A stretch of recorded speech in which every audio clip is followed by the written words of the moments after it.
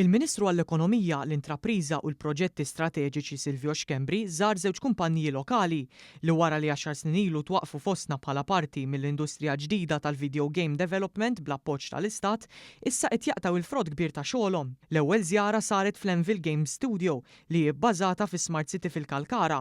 Il-kumpanija nħolqot 10 snin ilu minn ħolma ta' żewġ aħwa Maltin li bdew bl-ewwel IP oriġinali tagħhom tal-logħba Holdfast b'investiment ta' 60,000 euro. Sallum jirriżulta li dawn diġà ġeneraw madwar 11 miljun u nofs euro f'bieħ, waqt li sentejn ilu wkoll bijaw miljun kopja tal-istess logħba biex imbagħad nidew logħba diġitali oħra bl-isem ta' Frontliners. Żjara oħra li għamel Ministru Xkembri kienet dik f'Dorado Game Studios li litteralment ħolma oħra Maltija li saret realtà. Il-kumpanija li bdiet minn uffiċċju fl-Università ta' Malta 10 snin ilu illum topera minn San Ġiljan fejn timpjega 50 persuna fuq bażi full-time bil-maġġoranza Maltin. Dorado Game Studios li wkoll qed timmira li sa 10 snin oħra iżżid il-ħaddiema għal aktar minn 100 f'sena waħda kellha mal-500 miljun login bi kważi 2 miljun utent attiv kull xahar minn madwar id-dinja.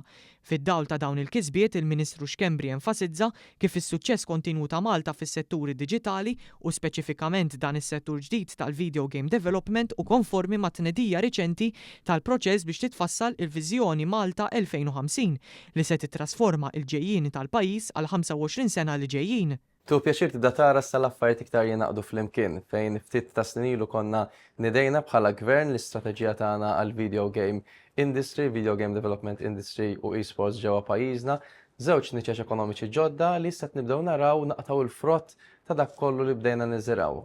Il-kap eżekuttiv ta' Gaming Malta, Ivan Filletti, stqar li dawn il-kumpanniji lokali wara 10 snin qegħdin jaraw storja ta' suċċess fl-industrija tal-video gaming, esports u immersive tech biex jibqa' jkollna niċeċ ekonomiċi ġodda. U fakkar ukoll li mill-ħamis sal-ħadd li ġejjin fl-MFCC f'Taqali se tittella għal sen oħra l-Playcon li llum saret appuntament annwali fil-kalendarju ta' avvenimenti f'pajjiżna fejn jidħlu l-innovazzjonijiet.